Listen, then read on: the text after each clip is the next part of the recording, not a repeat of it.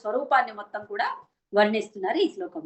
నిధే నిత్య స్మేరే నిరవధి గుణే నీతి నిపుణే నిరాధార జ్ఞానే నియమ పరచిత్తైక నిలయే నియత్యా నిర్ముక్తే నిఖిల నిగమాంతస్తుత పదే నిరాంతకే నిత్యే నిగమయమదీయాం స్తుతిమియం. ఇందులో అమ్మవారిని 15 నామాలతో కీర్తిస్తున్నారు. చివరిలో నిత్యే అని అమ్మవారి నిత్యత్వాన్ని గురించి చెప్తున్నారు. అమ్మవారి శాశ్వతురాలు, ఇందులో అనుమానం లేదు. మొట్టమొదటిది నిధే అంటున్నారు. అమ్మవారి దేనికి నిధి? సకల కళ్యాణ గుణాలకు నిధి అమ్మ.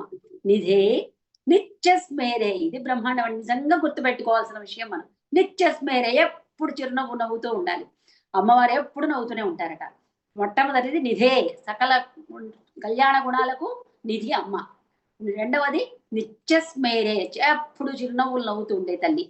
నీతి నిపుణే, అమ్మవారికి తెలిసినంత నీతి నియమాలు, ఏది ఎలా ప్రవర్తించాలి, నడవడిక నడత ఎలా ఉండాలో వాటిల్లో అమ్మ నిపుణురాలుట. నిధే నిత్య స్మేరే నిరవధి గుణే నీతి నిపుణే. నిరవధి గుణే, అమ్మవారి గుణాలకి అవధి అంటూ లేదండి.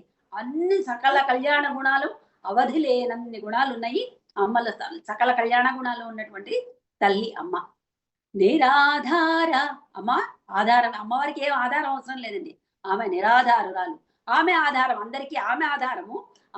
ఆమెకి ఏది ఆధారం లేని తల్లి.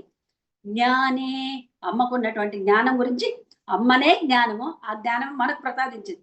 అమ్మ ప్రసాదిస్తున్న జ్ఞానమే కదండి మనకి ఇదంతా. సో అమ్మనే జ్ఞాన స్వరూపిణి. నిరాధార, అమ్మ ఏ ఆధారము లేని తల్లి, అందరికీ ఆధారమైన తల్లి. జ్ఞానే, అమ్మ జ్ఞాన స్వరూపిణి. నియమ, అన్ని నియమాలను పాటించేటువంటి తల్లి. పరచిత్తైక నిలయే, పరచిత్తం కలిగినటువంటి వాటికి నిలయమైనటువంటి తల్లి. నియత్య నిర్ముక్తే నిఖిల నిగమాంతస్తుత పదే, నియమపరులైనటువంటి యోగుల చిత్తమే ముఖ్య నివాసముగా కల్ల తల్లి. అమ్మ ఎవరి చిత్తాల్లో ఉంటుంది?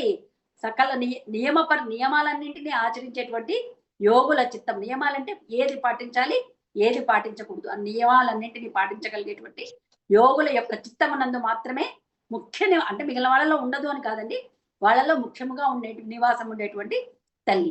నిరాతంకే, అమ్మవారు ఏ ఆటంకాలు లేనిది. ఆటంకాలంటే ఏంటండి? ఆటంకాలంటే ఆపదలు కలిగించాలనేటువంటి తల్లి. ఆమెకి ఏం ఆపదలు లేవు. ఆమెను స్తుతించడం వల్ల మనకు ఏ ఆపదలు రావు. నిరాతంకే, చిట్టచివరిదైనటువంటి నిత్యే, అమ్మ శాశ్వతురాలు. నిగమయ, అమ్మ వేద స్వరూపిణి. అటువంటి అమ్మ మయ మదీయాం స్తుతిమియం, అమ్మ నా యొక్క ఈ స్తుతిని స్వీకరించు తల్లి అని చెప్పేసి అమ్మ మాతృ చరణార విందాలకు సమర్పణ చేస్తున్నారు శంకరాచార్యుల వారు. ఇది అన్ని శ్లోకాల్లో, అన్ని పుస్తకాల్లోనూ లేదుట. సామవేదం గురువు గారు చెప్పినటువంటి పుస్తకంలో మాత్రమే ఉంది. నేను మీకు పంపిస్తానండి. ఆ విధంగా అమ్మవారి యొక్క సకల సద్గుణాలను, ఇందులో ఇంకా మనం గమనించాల్సింది ఏంటంటే 15 నామాలు చెప్తున్నారండి. ఈ 15 నామాలు దేనికి? పంచదశి మంత్రానికి. అంటే పంచదశి మంత్రంలో 15 అక్షరాలు ఉంటాయి కదా, దానికి ఇది రెప్లికా అన్నమాట. షోడశి విద్యను ప్రతిపాదించేటువంటి తల్లి అని చెప్పేసి అమ్మని కళ్యాణ గుణాలు కలిగేటువంటి దాన నిత్యే అనే అమ్మని శాశ్వతురాలని చెప్తూ అమ్మ యొక్క స్తుతిని, నా ఈ స్తుతిని స్వీకరించు తల్లి అని వినయంతో శంకరాచార్యులంతటి వారే ప్రార్థిస్తున్నప్పుడు మనం ఎంతండి, మనం కూడా అమ్మవారి గుణాలలో కొన్నైనా మనలో అలవర్చుకొని, మనం ఇంతగా ఈ సౌందర్యలహరి చదువుకున్నందుకు, నేర్చుకున్నందుకు ఇన్ని రోజుల ఈ ప్రయాణం అండి. మధ్యలో ఎన్నో అడ్డంకులు వచ్చినాయి. కొంతమంది రాలేదు, కొంతమంది ప్రతిసారి ఏవేవో, నేను ఊర్లోకి వెళ్ళడము, ఇలా ఎన్నో అడ్డంకులు దాటుకుంటూ మొత్తానికి ఈరోజు మనం సంపూర్ణం చేసుకోగలిగినాము.